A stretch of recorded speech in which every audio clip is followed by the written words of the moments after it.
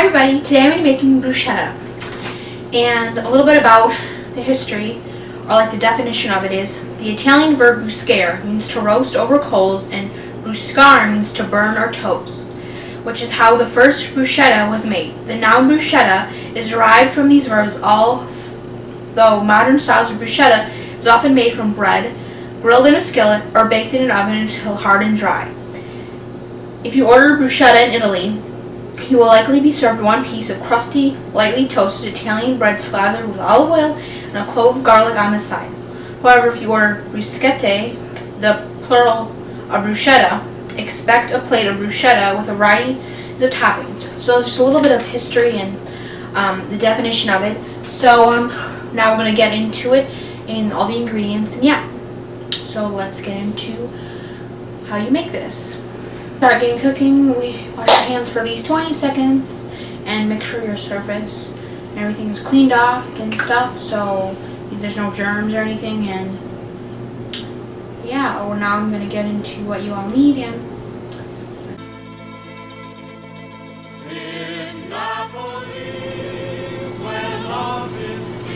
so first I'm just going to cut the tomatoes into small dices, cutting the ends off first. And then I'm just going to cut the tomato thinly and then into like dices.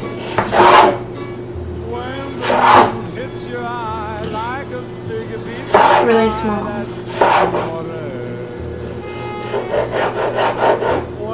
And if I can, then I cut them like again. I'm just going to put the tomatoes in this bowl to set them aside, and then I'm going to cut up the rest of the tomatoes. And you can kind of vary on how much you want. I'm using 3 tomatoes.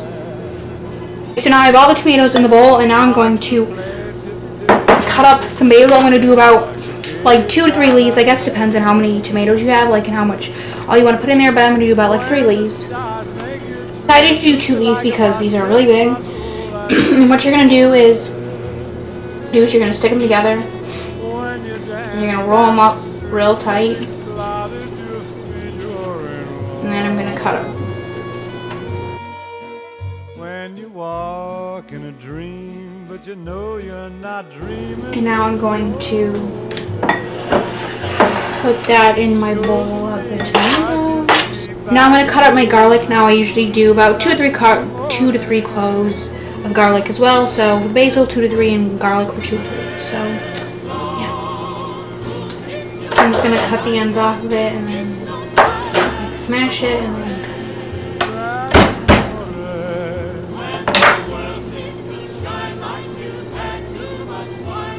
so I cut up the garlic and I put it in with the tomatoes and basil. And now I'm going to use a purple onion. I am not going to use all this. So I peeled the onion, and I'm going to use about this much. So it was about half of an onion, and now I'm just going to dice it up into really small pieces.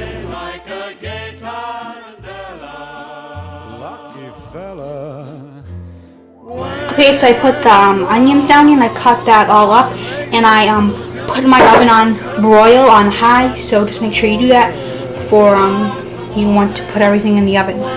So yeah, now we're going to take our olive oil and balsamic vinegar. So now I'm going to take about 2 to 3 tablespoons again of olive oil and put it in.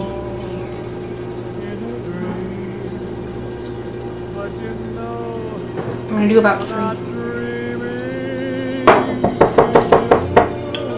I'm going to put the balsamic vinegar in here. I'm going to do about 1 to 2 teaspoons of this. I like not that much.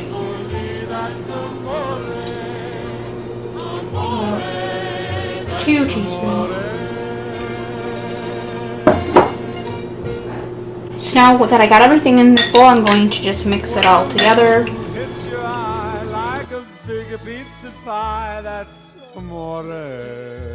Okay, so now I have some white or French or Italian bread, and I'm going to cut this up into really thin slices, and I've got 2 of them, and I'm just going to cut up as many as I need to put, I'm just going to cut up as much spread as I need for the bruschetta.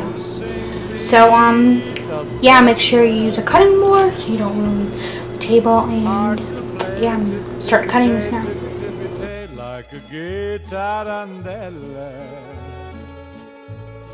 So now I have the bread on a baking sheet, and I melted some butter, and I'm just going to brush that on all the pieces of the bread.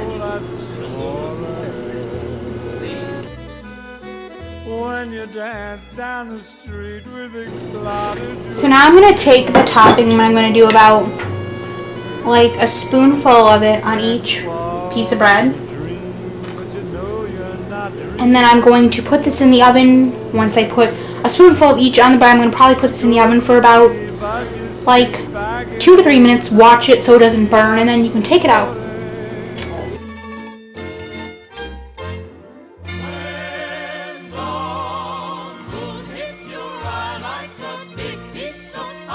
Okay, so lastly I'm going to take the mozzarella cheese and make sure you put it on right after the oven so it melts. So I'm just going to sprinkle a little bit onto each of them.